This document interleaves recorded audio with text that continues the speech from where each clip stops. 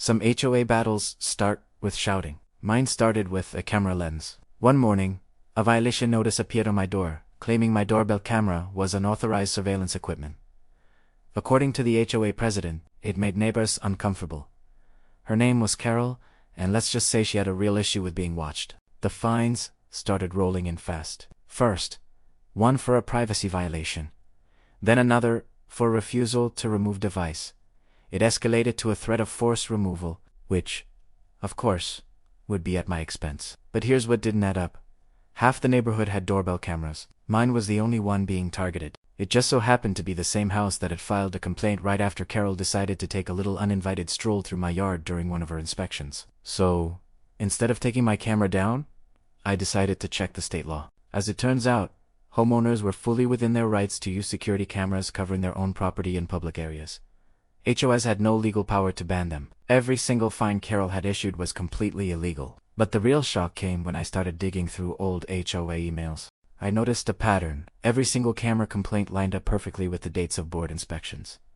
These weren't just quick glances from the sidewalk. These were inspections where board members were entering private yards, peering through windows, and taking photos of people's homes. My camera wasn't invading their privacy. It was preventing them from invading mine. That's when I knew I had to pull the footage. The video was crystal clear. It showed board members trespassing on my property, complete with time. It was undeniable proof. At the next HOA meeting, I was ready. When my turn came to speak, I didn't say a word. I just played the clips on the big screen. The entire room went silent. Then, you could see the recognition on people's faces as they saw their own yards on the screen. Phones came out, and you could feel the anger spreading through the room like a wildfire. Carol tried to shut the presentation down, sputtering about rules and procedures, but the damage was done. It was too late. A vote was called right then and there. Carol was removed from the board. All the camera-related fines were immediately cancelled, and the policies on trespassing were completely written. The HOA officially banned all board-initiated yard inspections without the homeowner's explicit consent on my camera. It stayed right where it was. Funyanug.